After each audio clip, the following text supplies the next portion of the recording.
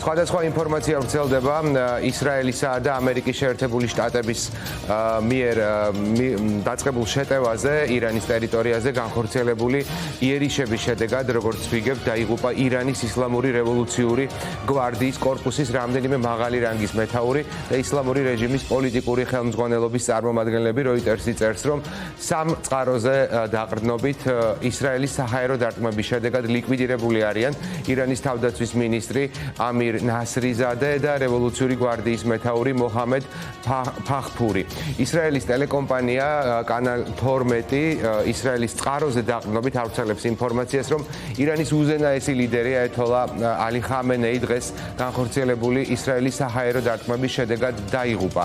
ტელეკომპანიის ცნობით ისრაელი აფასებს, რომ ხამენეი დიდი ალბათობით მოკლულია, თუმცა ოფიციალური დადასტურება ამ დრომდე არ არსებობს.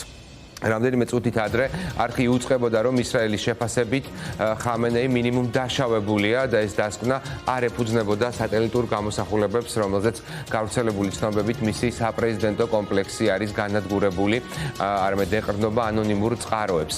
ირანის საგარეო საქმეთა მინისტრი მაღალი თანამდებობის პირების დაღუპვის შესახებ ცნობას უარყოფს. აფეთქებები ირანში, საჰაერო განგაში, ისრაელში გრძელდება. ისრაელსა და ამერიკის შეერთებული შტატების სამხედრო ოპერაცია ირანის წინააღმდეგ პარალელურად ირანი სპარსეთის ყურეში მდებარე შეერთებული შტატების სამხედრო ობიექტებს ბომბავს. ისლამური რევოლუციის გუშაგთა კორპუსის ცნობით თეირანის სამიზნეები არიან ბაზები ქუვეითში და არაბთა გაერთიანებულ საემიროებში, ბაჰრეინში, იორდანიასა და ერაყში. ცნობილია პირველი მსხვერპლის შესახებაც აბუ-დაბიში საცხოვრებელ შენობაზე რაკეტის დამსხვრევების დაცემას ერთი ადამიანი ემსხვერპლა, თუმცა მსხვერპლი სავარაუდოდ გაზრდილია. საემიროების იერიში დაგეგმეს და თეირანი მძიმე შედეგების შესახებ გააფრთხილეს. ასევე უნდა მოგაწოდოთ ინფორმაცია, რომ რა თქვა შეერთებული შტატების პრეზიდენტმა, ის ამბობს, რომ ჩვენ გავანადგურებთ მათ რაკეტებსა და მიწასთან გავასწორებთ მათ სარაკეტო ინდუსტრიას. ის სრულად განადგურდება, ამბობს დონალდ ტრამპი. ამერიკის შეერთებული შტატების პრეზიდენტმა საკუთარ სოციალურ პლატფორმაზე 8 წუთიანი ვიდეო გამოაქვეყნა, სადაც ირანზე განხორციელებულ თავდასხმაში ამერიკის შეერთებული შტატების მონაწილეობა დაადასტურა ოფიციალურად. მისივე თქმით, ირანი ქმნის იარაღს შორს მანძილზე მოქმედ რაკეტებს, რომლებმაც შესაძლოა საფრთხე შეუქმნას ევროპას. აქვე მინდა ყურადღება გავამახვილო ოცნების ქმედებებზე. ირანის რეჟიმის წინააღმდეგ სამხედრო ოპერაცია ისე დაიწყო, რომ ოცნებას საქართველოს მოქალაქეები არც კი გაუფრთხილებია. საელჩომ თეირანში იძულებით მხოლოდ საზოგადოების პროტესტის შემდეგ გაავრცელა განცხადება, რომ საჭიროების შემთხვევაში იქ მყოფ მოქალაქეებს დაეხმარება. ესკალაციის ფონზე თუმცა ირაკლი კობახიძის მთავრობის ადმინისტრაციაც, ის ადმინისტრაცია, რომელიც ირანს ოფიციალურად რამდენიმე თვის წინ სტუმრობდა. ჩვენ რამდენიმე წუთში უნდა შემოგთავაზოთ ჩართვა არიან ბავშვები, რომლებიც ისრაელში ჩარჩნენ და მათ რამდენადაც ვიცით, არ აქვთ კონტაქტი საელჩოსთან. მანამდე თეა თეთრაშვილი უნდა ჩავრთოთ. თეას თუ ესმის ჩვენი ხმა, როგორც ხვდები, განგაშია ამ დროისთვის თეა და შენ უკვე მიდიხარ შესაფარში. მოკლედ თუ რამეს შევძლებ. და ჩვენ გადავგებდებით შესაფარის მიმართულებით. ეს არის ერთ-ერთი ტერიტორია, სადაც არის რამდენიმე თავშესაფარი თავიოყრილი. საჩვენ მიყვები ჩვენ გასულებთ სამოქალაქო თავდაცვის მეთაურობის კაცის ფუნქციებს, ვინაიდან ეს არის უკვე 1 საათის განმავლობაში 13 განგაში, რომელიც ჩაირთო და უკვე ვიცით, რომ არის პირდაპირი მოხვედრები თელ-ავივის გარშემო მდებარე ორ ქალაქში, ეს არის ბნეიბრაკი და როშ-აინი, სადაც უკვე ჭურვები დაეცა. ვრცელდება ინფორმაცია მსხვერპლთან დაკავშირებითაც, ხო? რამდენადაც შეიძლება ამ ინფორმაციას დაგვიდასტურო შენ თუ არის ოფიციალურად მსხვერპლთან დაკავშირებით ჯერჯერობით არ არის დადასტურებული, თუმცა ვიცით, რომ პირდაპირი მოხვედრების შედეგად როშ-აინში და ბნეიბრაკში, ბოდიშით კადრს გავასწორებ, ბნეიბრაკში საცხოვრებელ სახლებს დაეცა. ერთგან ჭურვი, მეორეგან კი უკვე ჭურვის ფრაგმენტი. ცხადია, ეს არის ბალისტიკური რაკეტა, რომელიც ძალიან დიდი მოცულობის არის 12 ტონას იწონის და მისი ფრაგმენტიც კი სასიცოცხლოდ საშიშია, რომ მოხდეს კორპუსს მაგალითად მთლიანად გაანადგურებს. ვიცით, რომ არის ორი დაშავებული, მათ შორის ერთ-ერთი მოზარდია და ერთი მცირეწლოვანი ბავშვი ადგილზე მიმდინარეობს სამაშველო ოპერაცია და გადაყვანილები არიან დაშავებულები კლინიკებში, თუმცა დაზუსტებული რიცხვის თქმა ამ წუთებში შეუძლებელია ფაქტია. ახლა ამ წუთებშიც გესმოდათ, რომ იყო განგაშის სირენა ჩართული და ასევე ძლიერი თავდასხმის ქვეშ არის იერუსალიმი და იერუსალიმის მიმდებარე ტერიტორია, თელს ტერიტორიაზე, ისრაელის ტერიტორიაზე ისმის განგაში და ისევე როგორც ჩრდილოეთში, ასევე სამხრეთ ნაწილში ასეთი არის ვითარება. ფაქტობრივად შემიძლია გითხრათ, რომ თავშესაფარიდან ამოსვლას ვერ ვასწრებთ, რომ კიბეზე ვართ ჯერ და რომ უკვე ირთვება ისევ თავიდან განგაშის სირენა და ეს არის ერთადერთი გადარჩენი წნა, რომ უნდა დავრჩეთ თავშესაფარში. ახლა ვრცელდება კიდევ ინფორმაცია, რომ ისრაელის საჰაერო სივრცეში უკვე შემოიჭრა კამიკაზე დრონები, ირანული კამიკაზე დრონები. მაყურებელს შევახსენებ, რომ ეს ის შეიარაღებაა, რომელსაც რუსეთი აქტიურად იყენებს და უკრაინაში განხორციელებული აგრესიის დროს და ეს არის საკმაოდ სახიფათო. ასევე ვრცელდება ინფორმაცია, რომ ძალიან დიდი რაოდენობით, ათეულობით და ასობით სარაკეტო გამშვები დანადგარები გაანადგურა ცაჰალმა ირანის ტერიტორიაზე.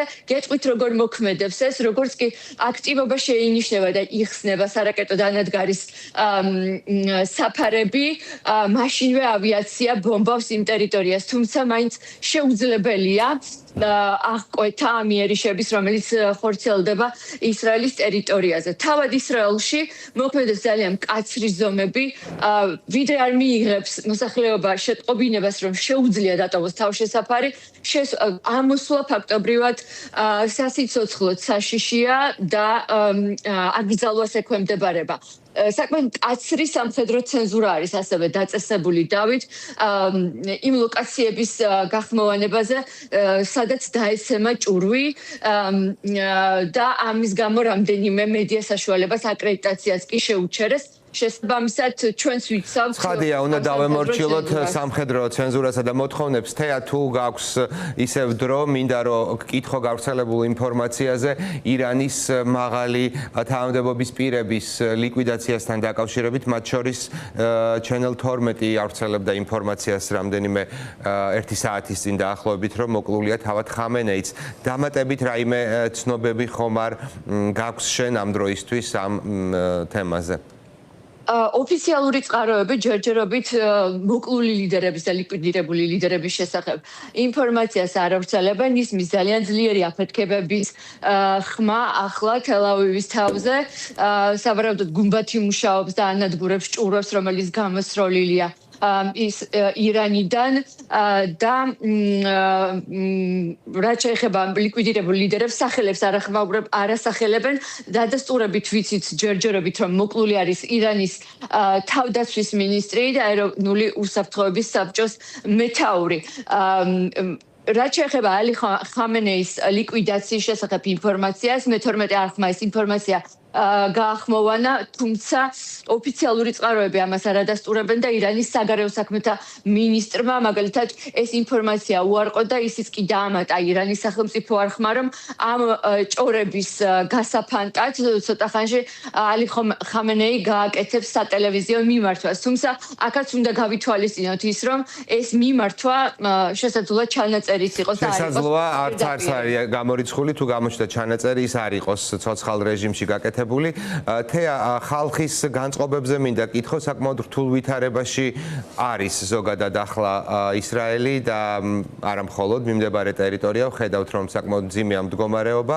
როგორია ხალხის განწყობები და თავად შენ რამდენად უსაფრთხოდ ხარ? ცხადია, ესეც არის ჩემი ინტერესის ნაწილი, რომ გავიგო შენგან.